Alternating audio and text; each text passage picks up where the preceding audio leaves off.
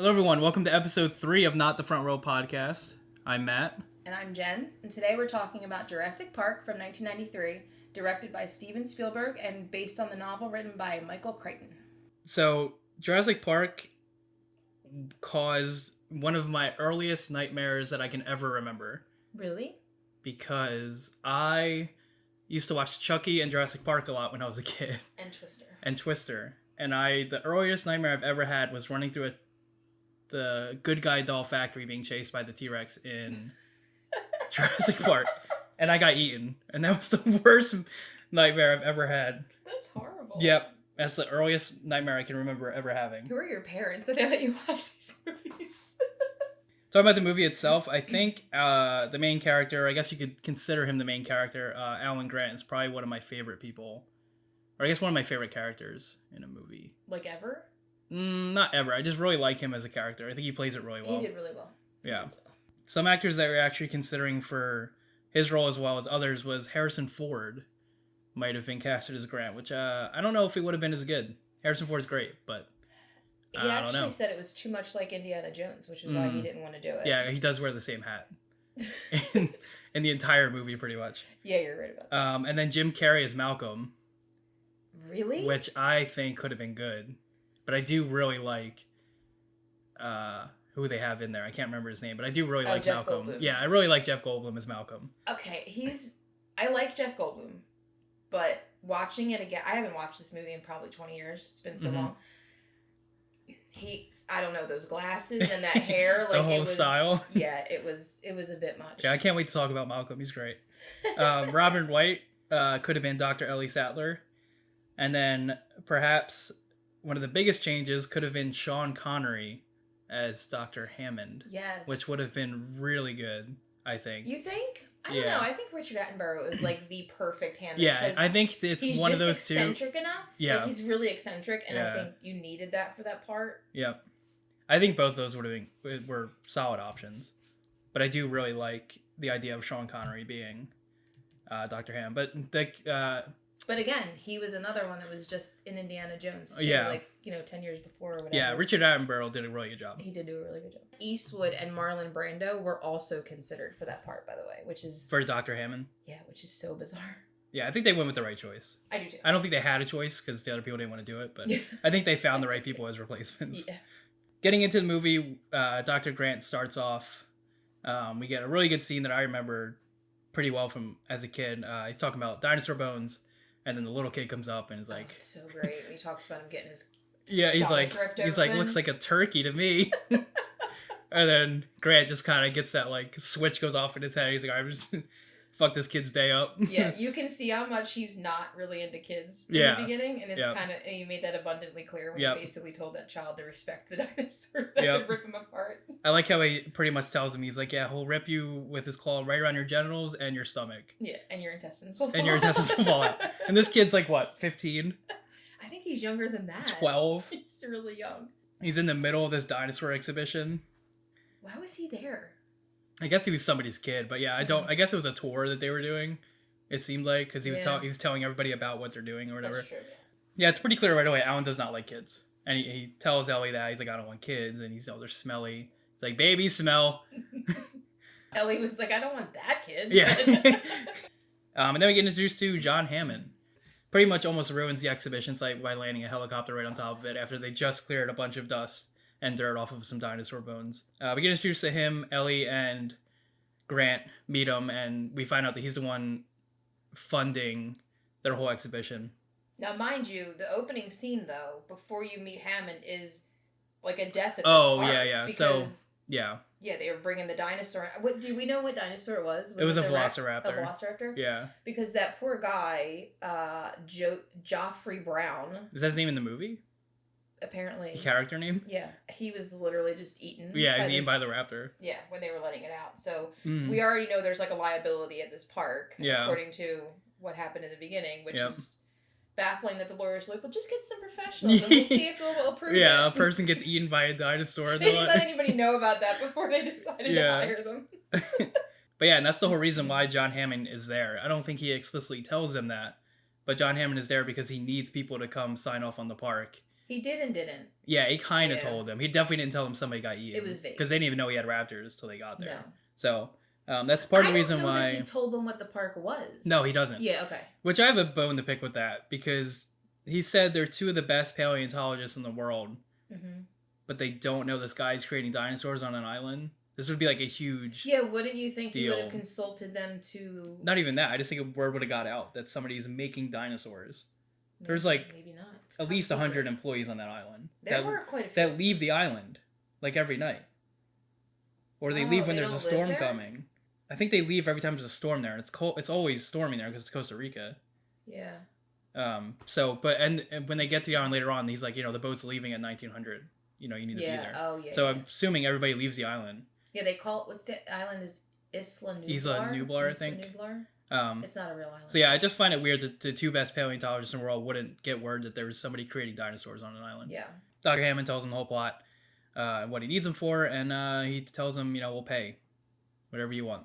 Or I'll fund your expedition for the next 3 years or months. Yeah, something like whatever it was. And they're like, all right. So then we meet Nedry, who's another big part of this movie. We get introduced to him on one of the Costa Rican cafes or one of those things. And he meets a guy named Dotson.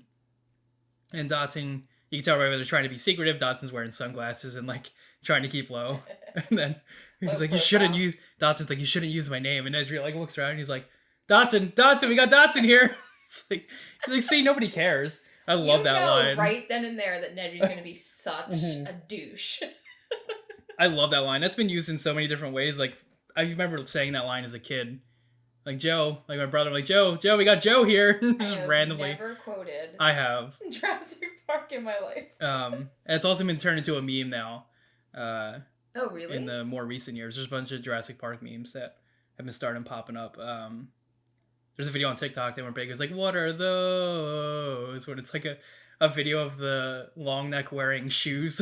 Oh. And it's the song, Jurassic Park song. The shoes. Yeah, there's a couple good memes that came out of Jurassic Park. Well, Jurassic Park had the resurgence in 2020 or whatever yeah, it was. New world. Yeah, when they started making the newer movies. Yeah. Oh, wow. Sorry. It was 2015. Yeah, 2015. Wow, I thought it was that. We pretty much get shown that Dotson has this plan to sneak embryos in a shaving cream can from the facility on the island. Well, Nedry is going to get Nedry's going to get them and give them to Dotson. Yeah.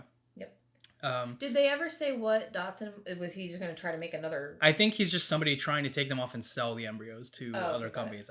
From what I imagine, he was offering Nedry $20,000 or something, right? So I'm assuming he's going to sell those once he gets them. Got him. But we have that really cool scene where the shaving can opens from the bottom, and there's those little holders in there. And I always wanted one of those things. I really wish they would have made those as a kid. That toy where you can open a can. Yeah.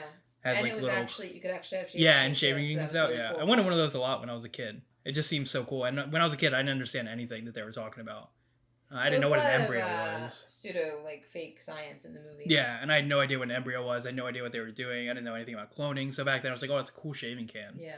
So that's all I want. That was your standout moment. Yeah.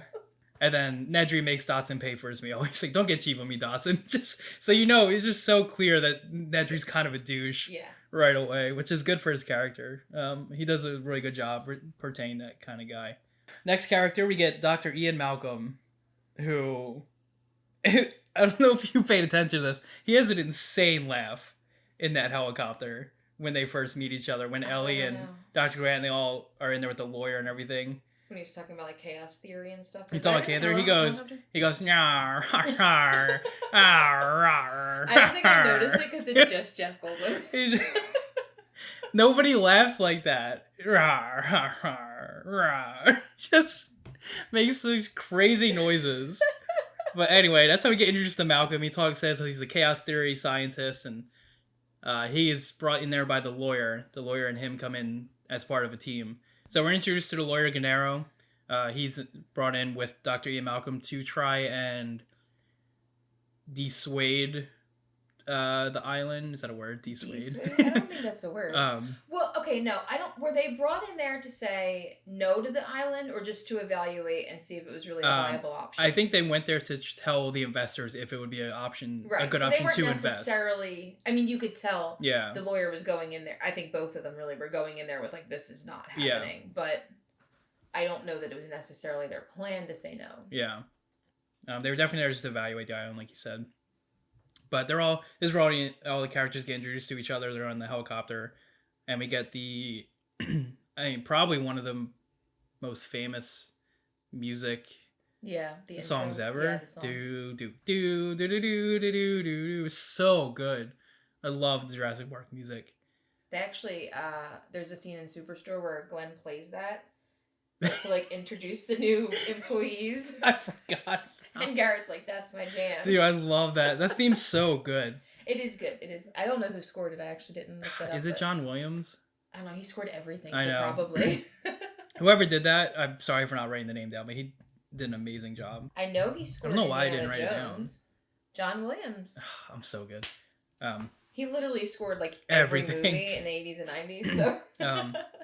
So yeah, the score done by John Williams it's so good. The theme song for Jurassic Park is iconic at this point. I just love hearing it every time it comes on. That's the first time we get introduced to it in the movie, and it hits really well when they get to the island with the helicopter. So they land on the island, and we see the Jurassic Park Jeeps. The branding is on point. There's so many things from this movie I wanted as a kid, and Jurassic Park Jeep was one of them. I'm pretty sure that had to be a toy. Oh yeah, 100%. Okay. I've had Jurassic Park. I've had those Jeep toys. The color scheme, the logo, everything about that was so cool. So that's another little thing. The shaving can and the Jeep are two things that I really wanted as a kid. So there's a whole list of stuff that I wanted from this movie. But so we find out in the beginning that the lawyer is kind of a good guy in the beginning, because he actually does say he cares about the safety of everybody. Like, he doesn't want any more people to get hurt, because obviously the lawyer knows what happened. That's why he's there. That's why the investors are worried. But he does say he's pretty worried about everybody on the island, and he's going to shut it down if it isn't safe at all. I mean, when you get in the car or the Jeep and they tell you that there's, 50 miles of electric fence? Yeah. I'm like, I don't need to be there. Because there's a reason that that's necessary. He's telling him, and Dr. Hammond's famous line is always like, oh, we spared no expense. Yeah. He says it throughout the whole movie. About how great the park is. He did say that like 15 times in the movie. But dinosaurs are going to be dinosaurs, okay? Like, some of them are so cute, but they're wild creatures and extinct for a reason. So they're pulling up they're driving through the park before they get to the main attraction area, and this is the first time we get introduced to the dinosaurs on the island. And what are the first ones they see? The long necks. The Brachiosauruses, yeah. So I tried to study up on my dinosaur knowledge. Nice, I didn't. I said long necks. Non-existent. I like how there's an entire herd of dinosaurs and these giant thousands and thousands of pounds of dinosaur walking, and Ellie doesn't notice it at all. Yeah. And nobody notices it for a while. Because he turns her head, right? Yeah, he grabs her head, and she's like, what? Yeah. And then you see it, but then they show this image of this giant dinosaur towering over trees, and nobody notices it until that part. The Brachiosauruses do not look good anymore. I mean... Yeah, it's definitely... You can tell aged. It's old. It's 93. Yeah. It's crazy how bad that looks, and the T-Rex... How good the T-Rex looks still. Do you know which one looked really cool was the... what was it? The big one with the horns that was sick? Oh, the Triceratops. Yeah, that one looked pretty good. Yeah, Triceratops looks really good, too. Yeah, there's some there were definitely some... it hasn't aged as well, but I mean, think about it. I think it was one of the first like CGI type movies to do something like this. So it was pretty cool.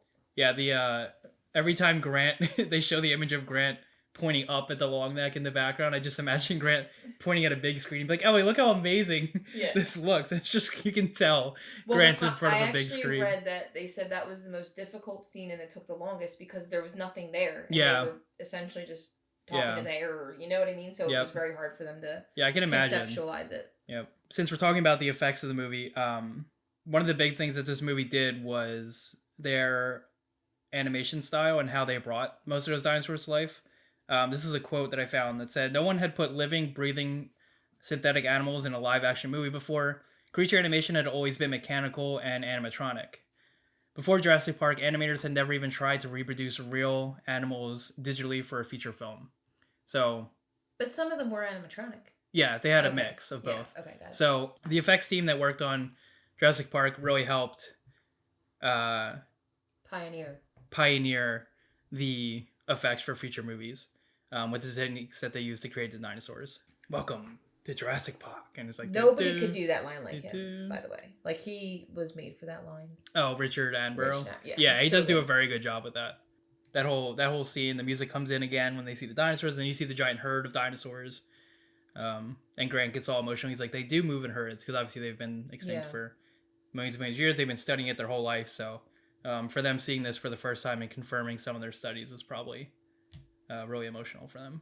We move on through the park, and they actually start the tour, or what would be the normal tour for guests that come on. Which he kind of called a ride. Like, he called it a ride. It was very much like a Disney...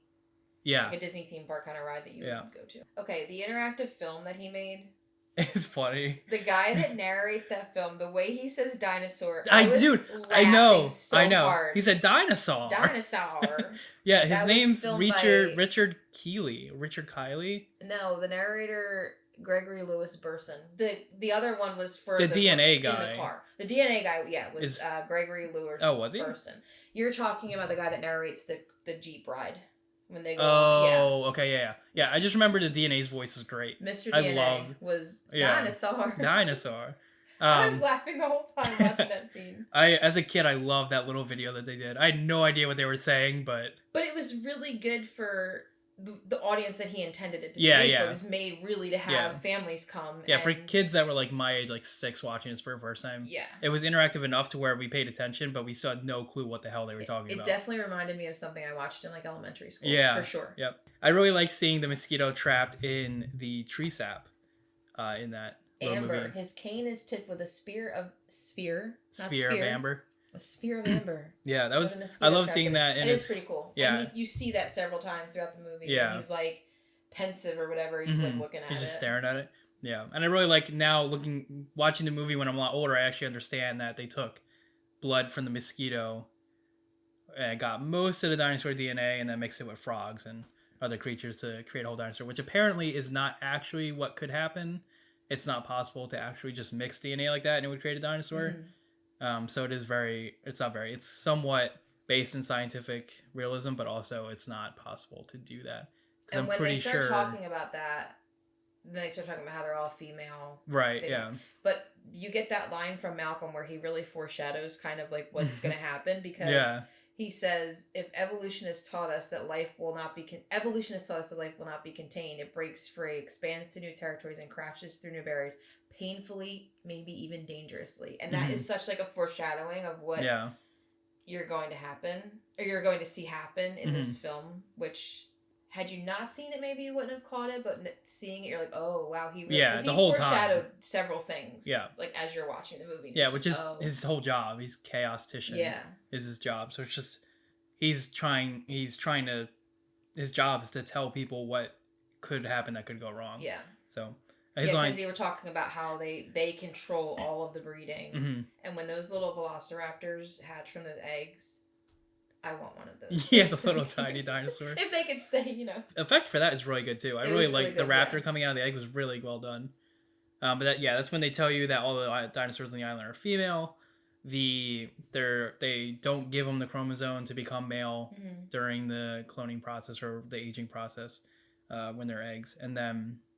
But didn't they talk about during that scene though that the T-Rex when they were controlling it, like, because they control everything, the breeding and everything, they talked about how the T-Rex started to eat the other dinosaurs, right? The velociraptor started eating the other dinosaurs. Oh, the female velociraptor, they put it in the cage and it just started eating the other ones. Okay. Because then you get 7 to kind of find out how they start feeding them. Yeah, there were 7 of them. She ate 5 of them. Yes, she left. Because she started taking control. And then then we get introduced to the raptor cage because Dr. Grant is very worried that they have raptors on the island. Are they one of the more dangerous dinosaurs? Yeah. From what the Dr. Grant thinks. Yeah, he was really worried about. He's like, what is this? Time. And the doctor, the assistant doctor, who is the only character to come into the new movies, who's actually like a villain in the new movies. That guy, Muldoon? the Asian guy. Oh, really? He comes back as like an evil villain in the new movies. I've never seen. Yeah, so he returns later on. But Dr. Grant's like, "What are these?" And he's like, "Oh, those are velociraptors." And Dr. Grant's like, "You're breeding raptors," and you can tell right away that this is like kind of like foreshadowing the big bad guys of the movie. Yeah.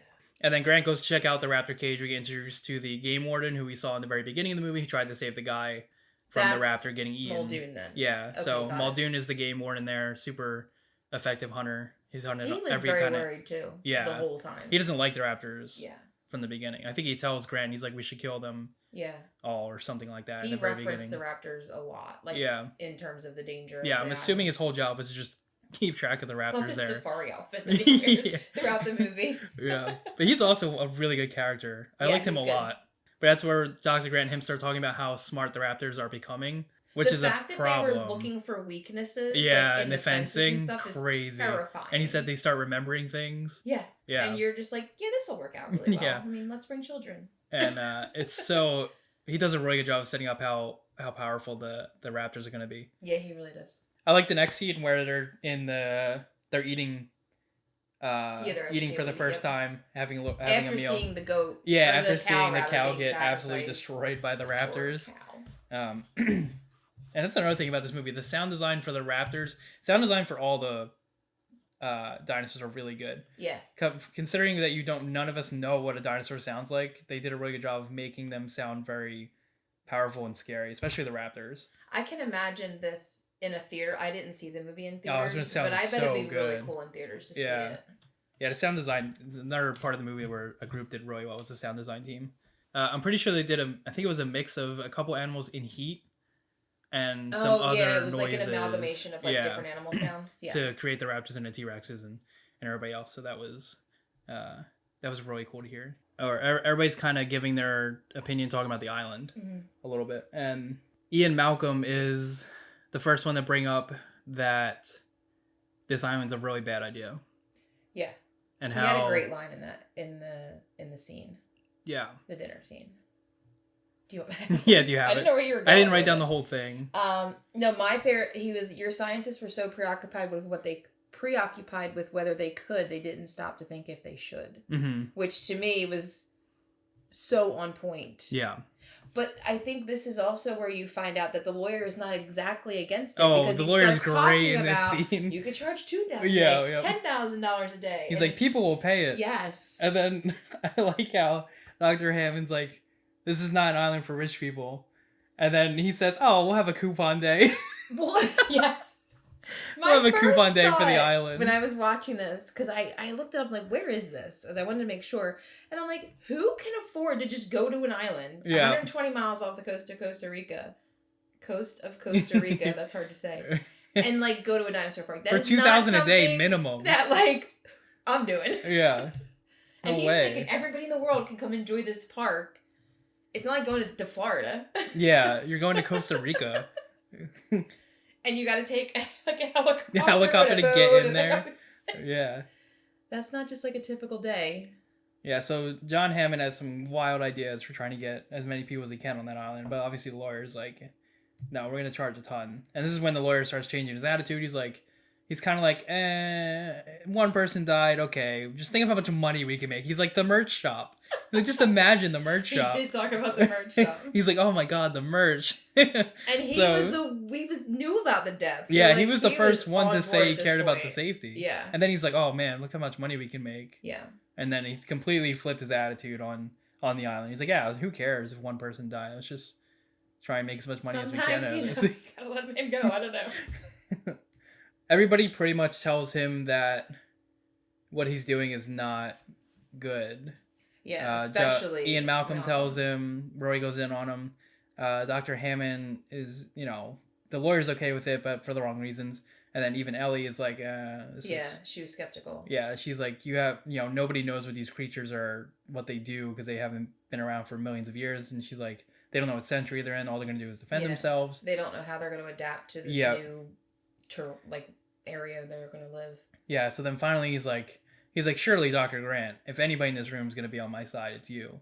Even he is just like, He's like, you're messing with stuff that shouldn't be messed with. Yeah. And then Dr. Hammond's like... I think they're conflicted because they think it's so amazing, but at the same time, they're just like, this is not ideal. These guys they're violent creatures. I mean, just by nature, it just, you know. Yeah, I think they were kind of on board when they had the Brachiosaurus and a couple of the other dinosaurs they saw, but as soon as they saw raptors and heard about the T-Rex, they were like, oh. Yeah. This is probably not a good idea. We haven't been introduced to the T-Rex yet, though, right? He just mentioned that they had one when they saw the Brachiosaurus in the beginning. John says, I brought in all these people expecting you guys to be on my side, and the only person on my side is a blood-sucking lawyer. And the lawyer's like, thank you. Thank you? Yeah, he's like, thank you. So the only person on John's side now is a lawyer, obviously just to get the money. Just to try and get money out of the island. And everybody else this is where everybody's attitude completely changes. Malcolm has been against it pretty much from the beginning. Yeah. But this is where Grant and Ellie flip a switch and they're like, this is not okay what you're doing.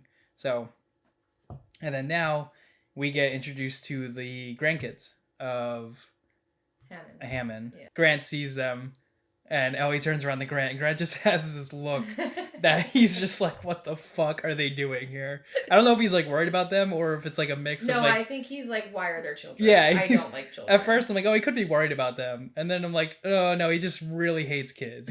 He acts like kids are like not even a human species. I know he does. So Grant's face is great. He does not like kids at all. Yeah, and to be fair, Tim, the child, just starts Tim's so funny though. Did you notice Tim's wearing a bandana around his neck just like Grant?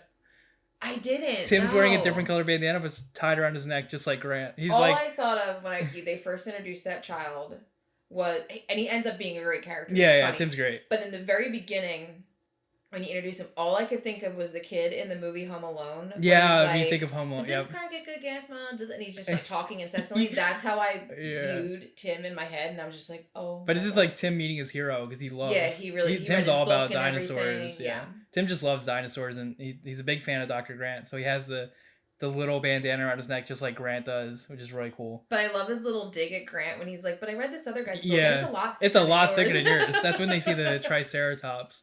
But even before that, Tim's following around the cars, and Grant just stops and he goes, "What car are you going in?" And he's like, "Whichever one you're riding in." And now he just smiles. And then Grant follows him to the next car, and then Grant closes the door on him while he's talking about dinosaurs still. Yeah, because the kids did not end up in the car with Grant. No. Okay. Not from what I remember, not that part. No, they were, because they were in the car with the lawyer. Yeah. Yeah. So, because you get like Ellie, Grant, Malcolm, and that might be it in the one car, because Malcolm's like trying to hit up Ellie, be like, hey. Yeah. Dr. Malcolm hits on Ellie like 3 times in like the beginning of the movie. He is so inappropriate though, the way he's like touching her hair and like touching her hand. Even the helicopter in the beginning, he's like, I can't believe you don't understand or don't have the concept of attraction or something like that. Yeah, he's creepy. Malcolm just hits on her the whole time. He's definitely a creeper. That reminds me of the part where Malcolm is like touching Hammond's leg while he's talking to him in the helicopter, and Hammond's like, he's like, you said you wouldn't do that. I didn't catch that. Hammond like swipes his hand away like a child. He's like, so he's just like a touchy-feely guy. Yeah, he's like a touchy-feely guy. And then Hammond goes to the lawyer and he's like, I asked you to bring a scientist and you brought a rock star. And Hammond's just like that. Hammond's just like that the uncle or whatever. He just acts like the uncle to Hammond because Hammond's like touching his leg and stuff. He's like, don't do that. This is where I think we get introduced to the final characters that we're going to see in the movie, which is the IT team, where the computers that are running the tour guide, because the cars are on electric tracks, so they have people in the control room controlling everything on the island. The IT team meaning like Samuel L. Jackson characters? So Samuel L. Jackson, the game warden is back there, Nedry, Dr. Hammond's back there, and then we also get... I think that's it, right? Samuel Jackson and Nedry? Yeah. So just Samuel Jackson and Nedry are back there. His name is Arnold in the movie, by the way. Samuel Jackson. Oh, Arnold? Yeah. So yeah, Arnold's there, and we get shown that, how they're controlling the island, and we get a scene where Nedry, you see that he's kind of a slob, and there's a ton of glitches on the island right now, and Arnold's pointing them out. Then Nedry's complaining about like money and I can't do everything kind of thing. Yeah, he's like he's complaining he's not getting enough money, and then Hammond and him get into it a little bit. But I love that Hammond's like, your money problems are not my fault. Like, yeah, I don't know how that Hammond's works. Just such like a granddad in this movie to everybody. Yeah. He's just a granddad trying to make an island for people to enjoy, and he has that attitude throughout the whole movie. Yeah. This is where we get a great line from Samuel L. Jackson, which I still say is hold on to your butts. And they start the tour guide for the cars, and they start going through the island. But I love that line. Hold on to your butts. Every time I see Samuel L. Jackson, I just think of like the snakes on a plane line. That's all I think of. Get these motherfucking snakes. Yeah, exactly. He's had some good one-liners in movies. He smokes you never see him without a cigarette. Yep. This is very 90s because they're just shoving cigarettes in Samuel L. Jackson's mouth every scene. And it's so like, I feel like every movie you saw in the 90s with anybody that worked on computers was always smoking. Like just not except for Nedry, but Nedry's drinking like Cokes and has a bunch of junk food and stuff. So you're either a smoker or you're overweight back then if you were in the IT department. I mean, he is just chain smoking the whole time. It's ridiculous. Yep. And disgusting. The tour starts, and this is another thing that I really want: a Jurassic Park Subaru, which is the cars that they go in on the tour guide, which has like the glass dome on top. You would drive around that on the streets. Oh yeah, a Jurassic Park Subaru, 100%. Give me a Jeep, a Subaru, give me the shaving cream can, I'm down. Any of that. Your life is complete. They're going on a tour, and we get a really good line from Ellie where Dr. Malcolm starts talking about it's like a list of like what could happen or what has happened and what is going to happen. And he says dinosaurs inherit the earth.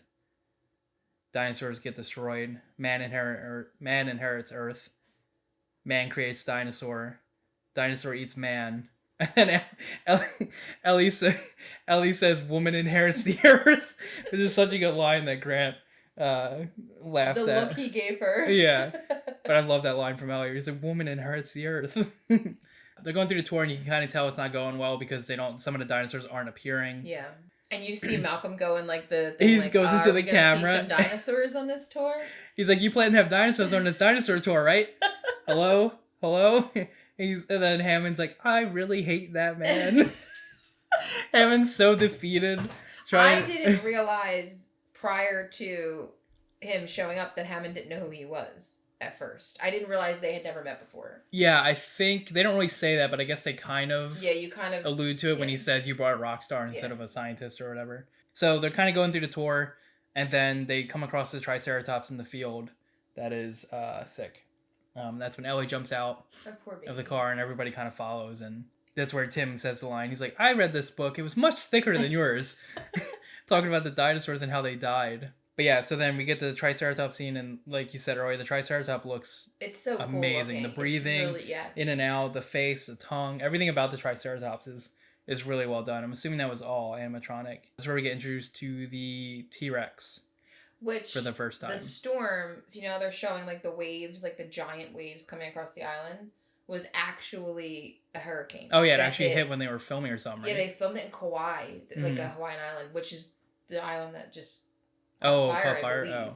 Oh. But yeah, the storm really came and was hitting in that, and those Steven Spielberg pulled the guy and told him to film and was like, film this, and they cool. got all these giant waves coming over the island, which were legitimate, which was cool. There was one effect in the movie that it's probably popped up in so many other movies and just media in general, is the water glass.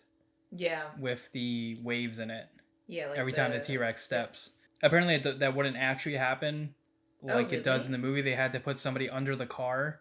Oh, and he had a guitar string, and he was slapping the top of. Cool. He was slapping like the underside of the dashboard to get it to make the ripple effect in the water. Because apparently they said it doesn't actually happen like that if you like have a giant step outside of like a car. But so they had to make it in the movie. Oh yeah, it's great. Water dribbling. It's really good at foreshadowing how powerful the T-Rex is going to be when it does finally appear. Before they even get to the T-Rex enclosure, Ian starts talking about Ellie to Grant, because this is where you find out, because it's kind of hard to tell if Grant and Ellie are together at this point. It kind of seems like it, but also kind of in the beginning. Right. And you can't tell if it's like a work thing or if they're actually close. Because when I first saw this movie again, when I watched it recently, I was like, oh, they're together in the beginning of the movie. Yeah, I didn't realize that before either. But this time you kind of know, like, kind of from the beginning that they're together. Yeah, well, they're not together. They are together. No. Well, if they are they together in this movie? She calls him honey and everything in the beginning. Okay. When they're at the excavation site. And they were talking about having kids together. Okay, they were talking about having kids together? Okay. I'm almost 100% okay, sure because that makes couple. sense, because in the scene, Ian is asking Grant if they're together. Yeah. And he says yes, but I couldn't tell if that was him just like protecting. Yeah, he says it yes Ellie. in like a way that if you didn't know they were together, you still weren't sure if they were together. Yeah, because it's kind of like, I just don't want this guy with her. Yeah. But I'm pretty sure they were a couple. Okay. All right. She calls him honey a couple times. Right. And they were talking about kids, so I'm like, oh, they have to be together, right? Yeah. So Nedry disappears from the IT place. He says he's gonna go get a soda or something. Yeah. What he's actually doing is going to get Watson the little embryos. Yeah, but you see him hit that execute button. Yeah, he does an execute thing. He says stuff on the island's gonna go down randomly, stuff like that. He's like, don't worry about it. Stuff starts shutting down on the island while he's walking through. The people are on the tour during while this happens, and then Arnold tries to get on his computer to fix the glitches, and he's like, what a slob. He just knocks everything off his desk. You can see it's just more indication that IT people are slobs back in the 90s. That's the perception. Yeah, the perception of them. You get the line where he's trying to access the computer, and then Nedry's little icon guy goes, you didn't say the magic word. Samuel Jackson's like, please! Yeah, just, please! Because at this point, everything is just kind of shutting down. Yeah, they're freaking out. They can't understand why he would have shut even the raptor, the fences were shut down at this point. Yeah, everything's just shutting down. Which is terrifying. And isn't this when Lex turns and is like, where's the goat? Is that? Yeah, so this is where the goat disappears. She looks terrifying. Yeah, the goat disappears. And then they find, just chalk it up on the list of stuff I want, Jurassic Park night vision goggles. Oh, those are cool. That Tim finds in the back. Yeah, this is where the T-Rex comes. It literally just destroys the fence. Yeah, I think they hear the fencing wires breaking. Just like snap. Yeah, that snapping sound of like metal wire. They hear that, and then everybody starts kind of freaking out. And then you get a shot of the two cars, and then the T-Rex comes barreling through the fence, which is so good. The T-Rex looks so good still, even to this day. As terrifying as the T-Rex is, his little arms are funny. His arms, his little tiny arms. I hadn't seen the movie in so long, and you see all these like shirts and stuff that have little arms, and this thing comes running out in just this most violent, scary way, and it's just got these little tiny arms in the front, and I just laughing. The kids start freaking out. Lex, I'm pretty sure it's one of those stupid kid scenes where Lex turns on a giant flashlight. But this was after they were abandoned, though, right? Yeah, the lawyer runs. Yeah, the lawyer runs from the car. When he starts hearing the noises of the T-Rex coming. Yep. They don't actually see it yet, but he knows. He's like, oh shit. So. And he ran to the porta potty. Which is the worst spot you could possibly be, apparently. But like, dude, you just abandoned 2 children. Yeah. I don't think anybody was feeling too bad for him. No. So she's trying to get the attention of Dr. Grant. Yeah, I think she's trying to get them to be like, oh shit. We're alone. Because they're like, where the hell is he going when they see the lawyer running from the car? Yep. He's like, you gotta go. So Ian Malcolm says, of course. But you find out right before that, Grant says that if you don't move, they can't see you. So they can only see with movement. Right, yeah. And then you see she's got the giant flashlight, and it's like, oh, they're in trouble. Yeah, which apparently they made that up. That's not true. I'm just saying. Or from what they studied, that's not true. I think it's a thing they made up for the movie where a T-Rex will be able to spy you no matter what. But, I mean, I think they had to, because a lot of the scenes you see, they're just, like, dead still. When the lawyer runs away, that scene was actually intended for Malcolm to run and save himself. Yes. Instead of the lawyer, and Goldblum actually talked to Spielberg and suggested changing roles for that scene. He wanted to be a little bit he wanted heroic. To have a heroic moment. And which they actually did. They changed it. So, I'm not sure if Malcolm was supposed to die there or not in the porta potty then. Or if he was just supposed to run away. I don't know. So I'm not sure how that would have worked. I kind of like that they switched it because... 100%. When you realize that Gennaro, I think that's how you say his name, was the lawyer, was just kind of promoting it now for the money, you're kind of like, all right. Yeah, you're like, not only that, now you abandoned 2 children. Like, I think that fit how he should have kind of... It would have felt so weird if Malcolm died, though. Yeah. And the lawyer's just alive in the car. Yeah, like, cool. Yeah. Money. It seems so dumb that they would have it the opposite way. Yeah. Now that you've seen it the way it's been presented. One of the cool scenes, though, from that is when I think they're trying to turn the flashlight off, Tim and Lex. Yeah, they're trying and to. Yeah. The T-Rex eye. Oh like, my comes god, into so view, good. Right in the center of the flashlight, which is really cool. And then his and simultaneously terrifying. And his what's that called in your eye that shrinks when light gets inside it? Oh, when you're cornea. Cornea? Yeah, is it called your cornea? I don't know. Oh, your pupils. When your pupils dilate. Yeah. I love how the pupils dilate when the flashlight hits his eye. Cornea sounded really... I don't know if that's right. But cornea is a part of the eye. I know, but I can't. It doesn't sound right in my brain. Yeah. Yeah, it's really cool seeing his pupils dilate. And the T-Rex just... We've said it a bunch, but the T-Rex is still one of the best looking dinosaurs I think I've seen. The funny thing about that... So he's... I think we talked about this first, but he's 12,000 pound... Not 2,000 tons. 12,000 pound animatronic. The head, right? Just the head was the animatronic? I don't know, but the head would move by itself. Mm-hmm. So apparently all the rain was affecting the animatronics, and they would be sitting at lunch and the head would just start moving by itself. So And they had to have like all these safety trainings because if anybody was near it, it would kill them. The head would just... And I thought that was so insane. The amount of money they spent on just the head alone, the animatronics, and then it just getting rained on the entire time and screwing up the electronics inside of it.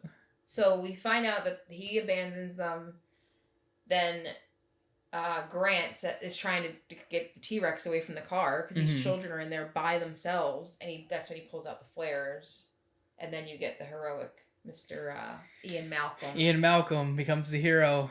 Just like that. He leads Grant actually tries it first.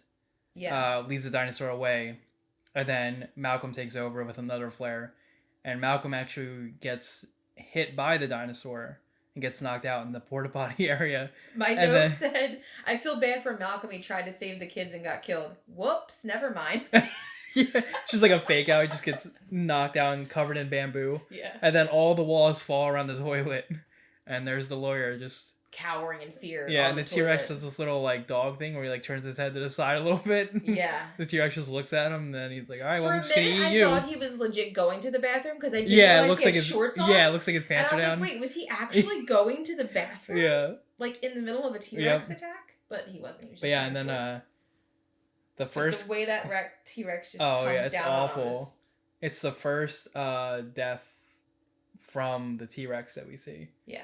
Other than animals. It's only the second death of the movie, right? Yep, only the second one. Well, only, but yeah, right? Yeah. After the lawyer gets eaten, we jump to Nedry, who is...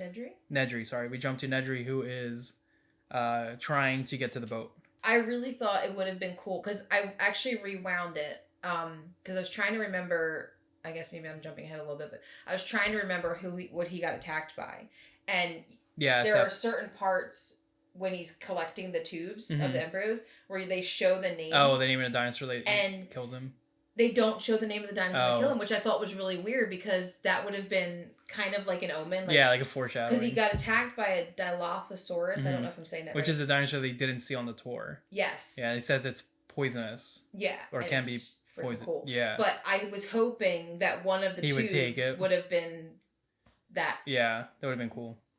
Breed? Are they breed? What are they? Breed, yeah, I think so.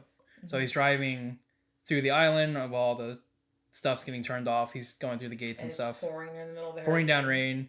He gets lost on the island while he's trying to find the boat. Oh, the funny part was when he hits that sign. And it's spinning and he can't figure out which way. He turns it one way and then he turns another way. Yeah. Like, whatever. And he just flips it. He just goes like a wheel. Was he stuck in the mud? Is that why he was trying to like wrap the... Yeah. Okay. His car gets stuck in the mud when he crashes. Okay. And then he'd bring that big wire out and was wrapping around the tree. When he hears the noise. And then you get the Dilophosaurus, which is like... I think that thing is so cute. It's... Yeah, until it opens. It's deadly, but it reminds me of a gremlin. Have you ever seen Gremlins? Oh, yeah. If you look at its face, like, before and after it... Whatever those things open, it looks like a gremlin. And I just thought that was so funny. But he is such a jerk to that thing. Yeah, he's like, you want a stick? You want a stick? And he calls him stupid. Stupid, You kind of deserve. Yeah, they definitely set up for him to die and not feel bad about it. Yeah, I didn't feel bad at all. Yeah, so... But man, that dinosaur, when it opens up... It's so cool. It spreads the black, like, goo. Yeah. It's so cool the way that works. I actually thought, when they were talking about that's what killed him...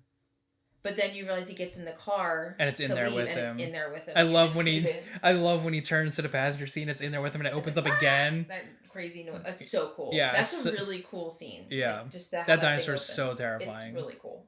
And it's so tiny. Well, I guess it's like a human size. Yeah, it was about his size. I think. Yeah, it's about his size. We jump back to the scene with the kids, and now the T-Rex is now attacking the car with the kids in it.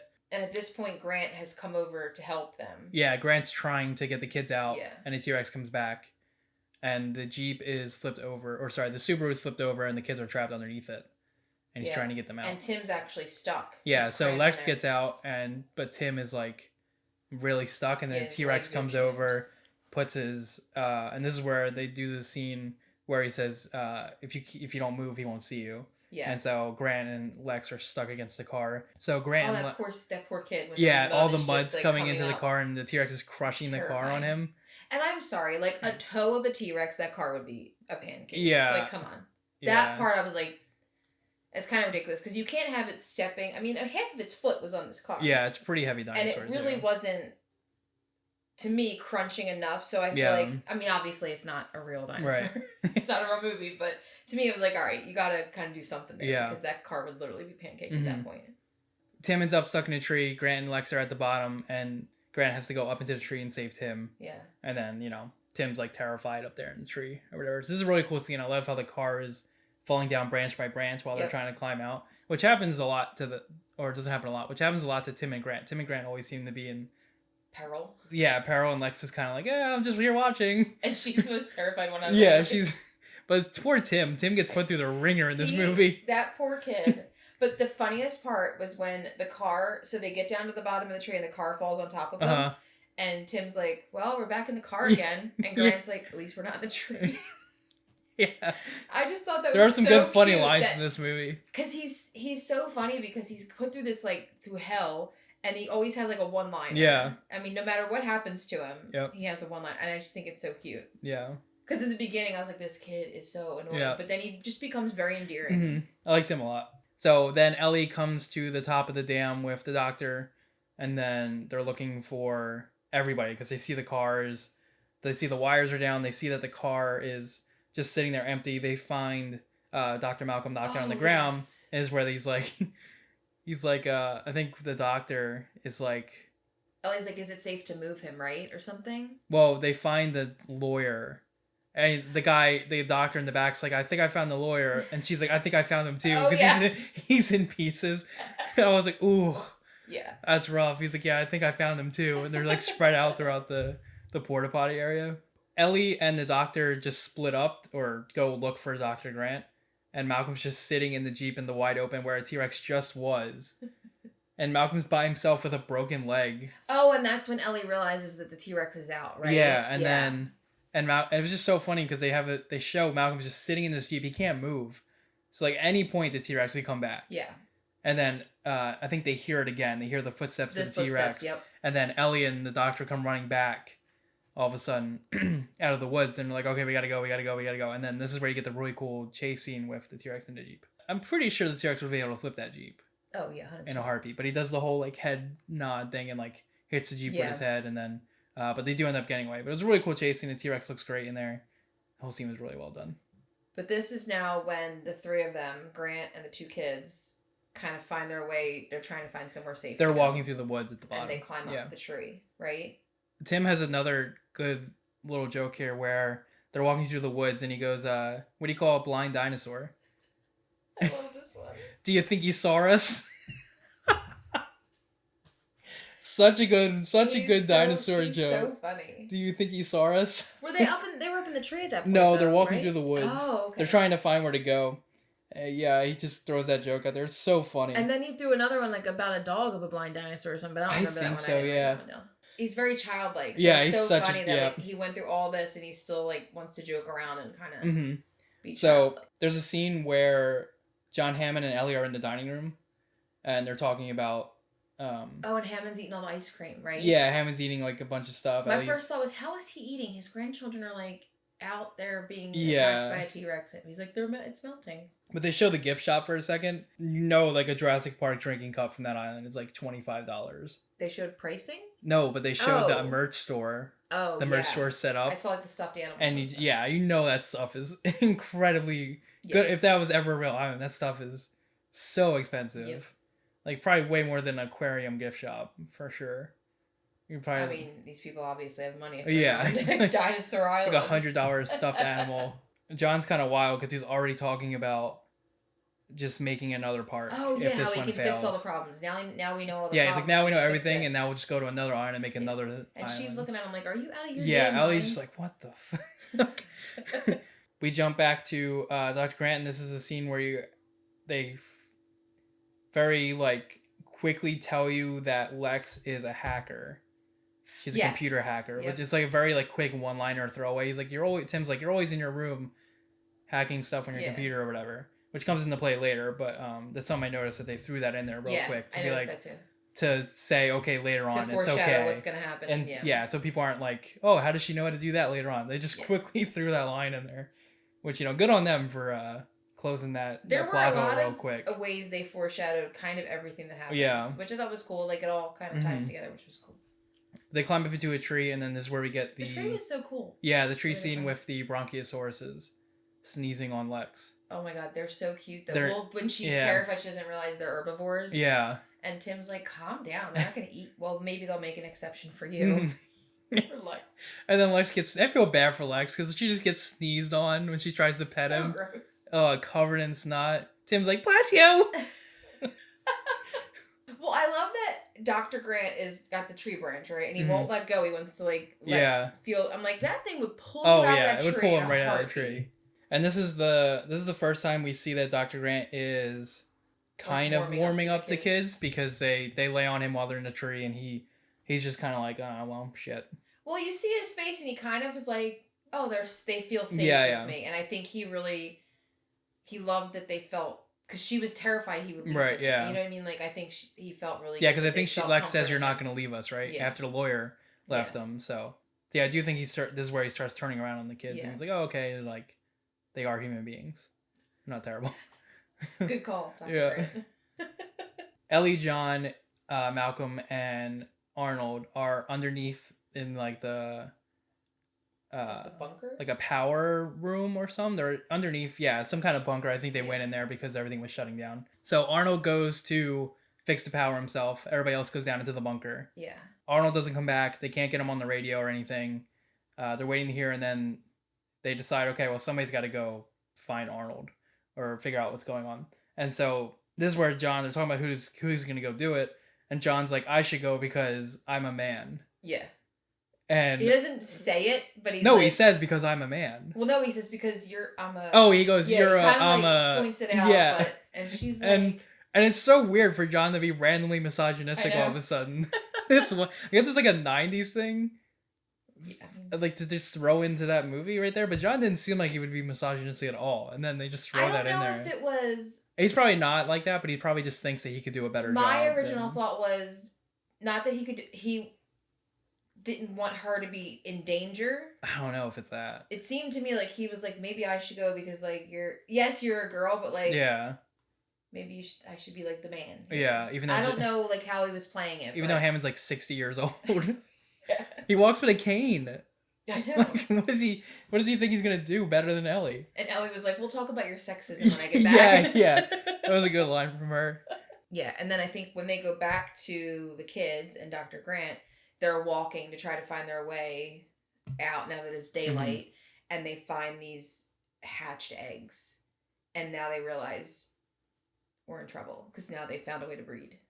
Yeah, and you said it was because of the frog DNA Dr. that they Grant mixed in. Said that because I think Lex may say something along the lines of, but I thought they were all female. One of the kids says that, and he's like, well, it has to be because of.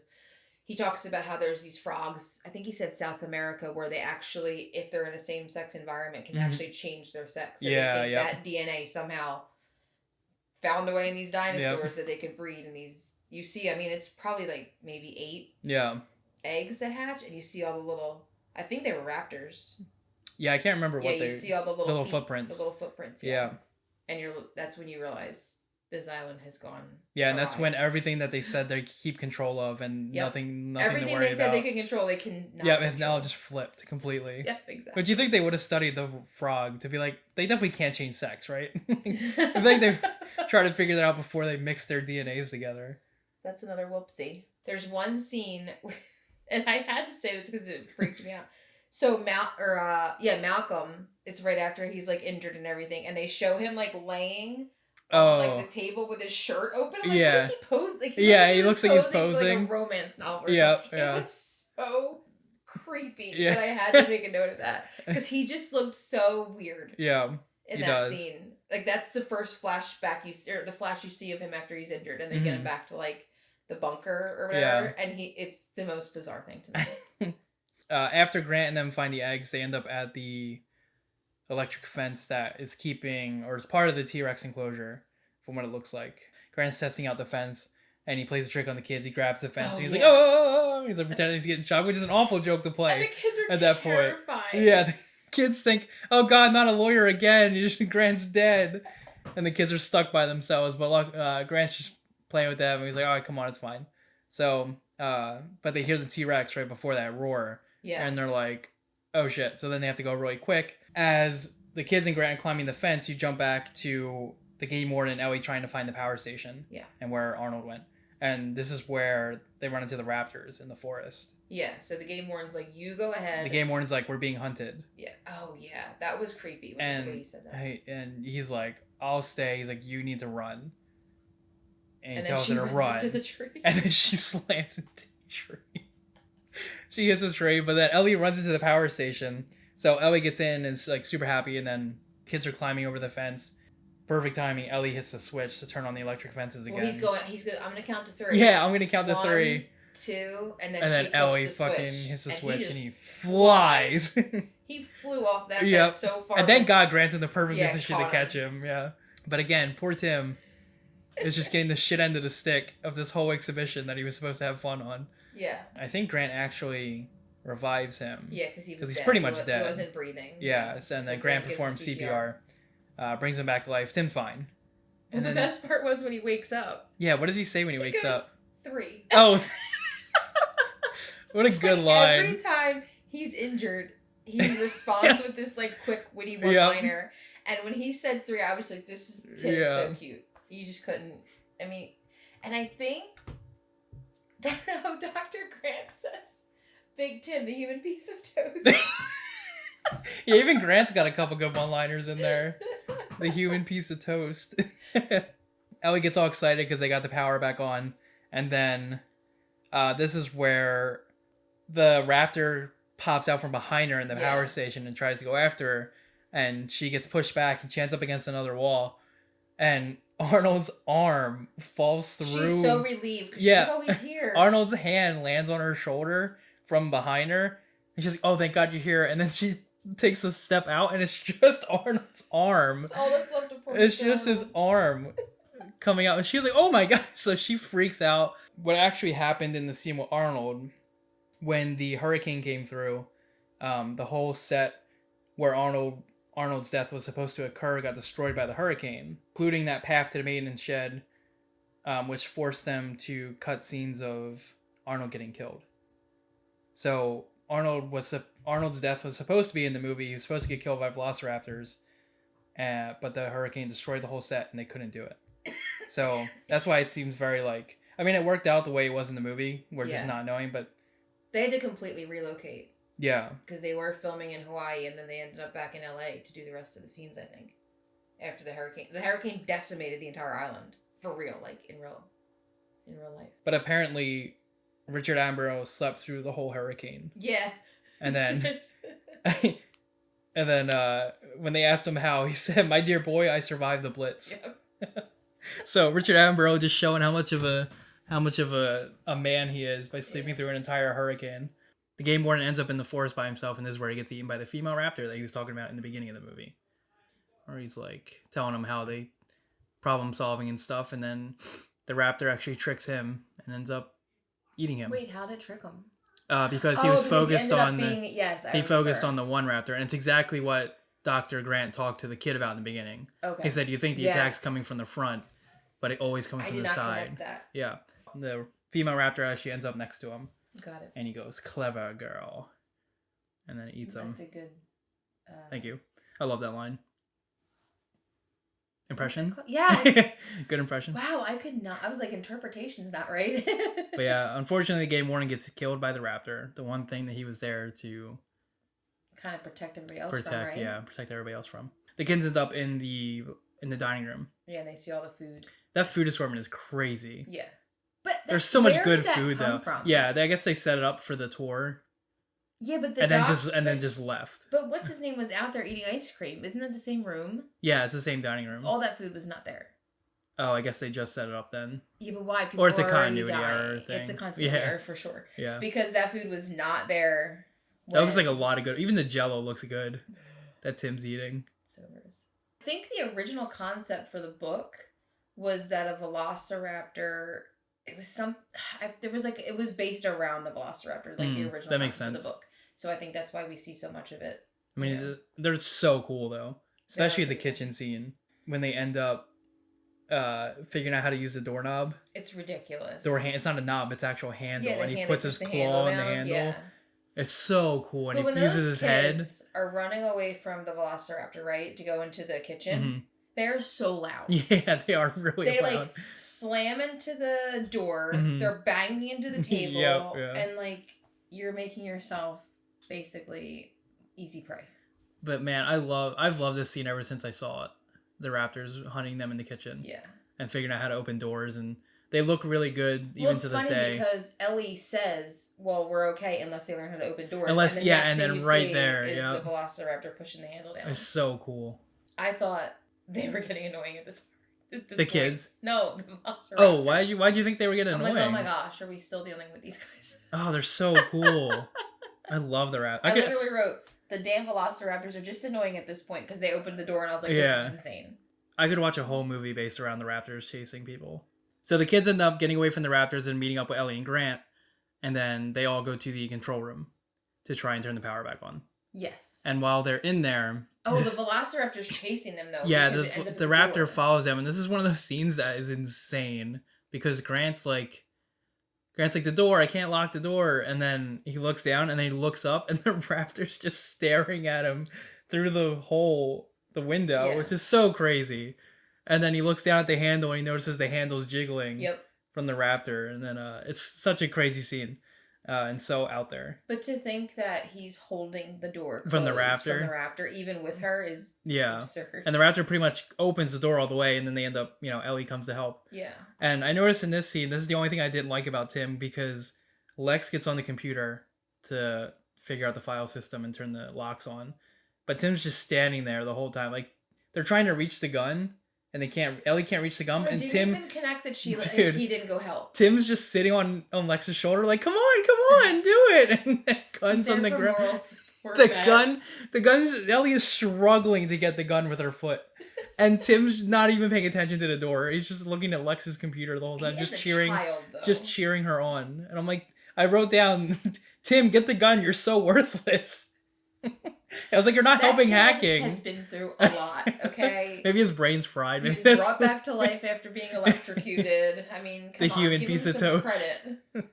At this point, he's just a piece of toast. They end up turning the locks on, but they end up having to go into the vent system because the raptor comes through the window.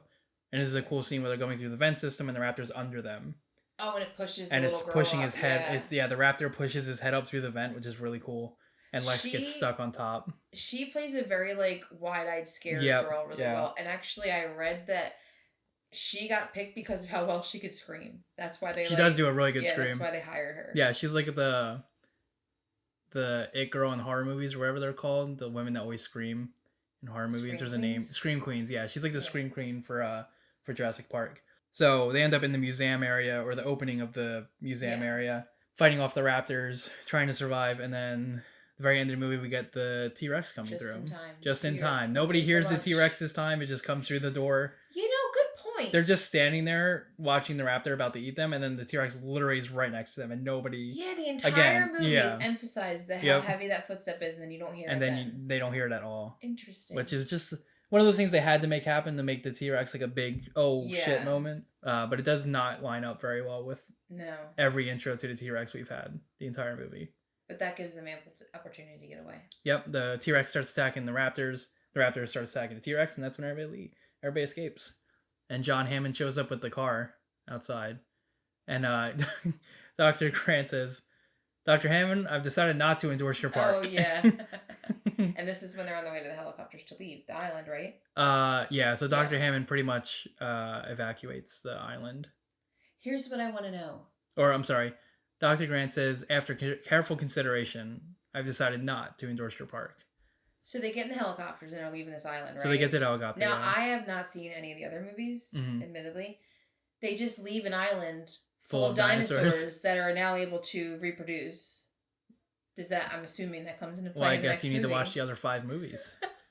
And the online videos. Because, like, they didn't have because you go from, Jurassic Park to Jurassic World. Like, they didn't have enough of the park. They had to, did they actually take on the world? I don't want to spoil because the second one, I mean... Yeah, I literally... You need to watch them. Probably not watch them, but... You need to. I did read that the pelicans that are flying at the end when they're leaving in the helicopter, they notice the pelicans flying. But the symbolism. Symbolism, I was going to say symbology and I knew that was right, is those are the first, normal animals they see since the goat. Yeah. And it's it's supposed to reflect a comforting reminder that they're off of it, leaving this chaos and going back to normal life. Mm-hmm. So I just have one question for you. Okay. Is this a story about dinosaurs, or is this a story about Dr. Grant learning to like kids and just so happens to be that it takes place on an island with dinosaurs? I don't think it's either one of them. Because the whole story the very beginning is just about Grant talking about how he doesn't like kids. And the whole movie follows Grant learning to like kids. I mean... Dinosaurs are in it, but it's is it a story about the island? It's not like dinosaurs are like an accidental bystander in the movie. They're the movie. It's like half and half. Half of it are about dinosaurs, the other half's about Dr. Grant and kids. I think it's a little bit about humans being so brazen that they think they can control everything, right? That's part of it too. It's this need for us to do things that should not be done. And then it's kind of like the humanity of a man realizing he's a safe space for these kids that he never thought he would even be interested in. But the dinosaurs, it's a dinosaur movie. Okay. I just wanted to ask. But I did find out, I did some research last night. If they were to make this island for real, real life, $1.5 billion. To make it? It would cost to make it? Yeah. I mean... To build this. And that's honestly not as much as I thought. I didn't think so either. That's what, Disneyland? Well, I have no idea. It's how much it costs to build Disneyland.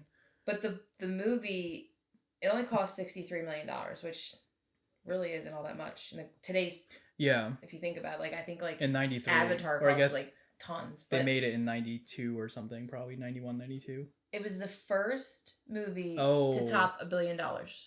It also took the number 1 spot for the most grossing movie of all time until Titanic passed it. Yeah. It was the first to top $1 billion, and it was the first to top 500 million internationally. So it really was kind of a groundbreaking movie. Wait, I forgot to ask. You didn't see this when you were a kid. I've seen it probably once before yesterday. Wow. Yeah. It wasn't something But you didn't care about it as a kid. It wasn't a movie that I was yay, Jurassic Park's on. I would have loved to see this in theaters. All right, so Jurassic Park 1993. What are you giving it? Because you were not excited to watch this movie. I wasn't. You did not want to watch this. I actually started it twice before I finished it last night. And I was like, this is not going to hold up. You did not want to watch it. But I did text you after I watched it. I said, okay, it does in fact hold up for the most part. I think it does. I think most of the movie is still very good today. I don't think I ever saw it from the very, very beginning. Because I do not remember that whole beginning excavations. No. What is that called? When they're digging. Yeah, the dig site. I was thinking about this long and hard last night because I feel like I've given the first 2 movies really high reviews and I don't want to always just be oh yeah. I'm thinking it's a good movie though. 6.5. 6.5? Wow. 6.5, 7. So you liked... But I think a lot of the way I base my movies, which I have to kind of get out of, is more emotional attachment to it. Because Sandlot to me, I gave it a 9, I think. Yeah. 9 or 10. And that had more emotional attachment to me. So I need to kind of be more objective. I'm going to stick with my emotional attachments. This is a 9.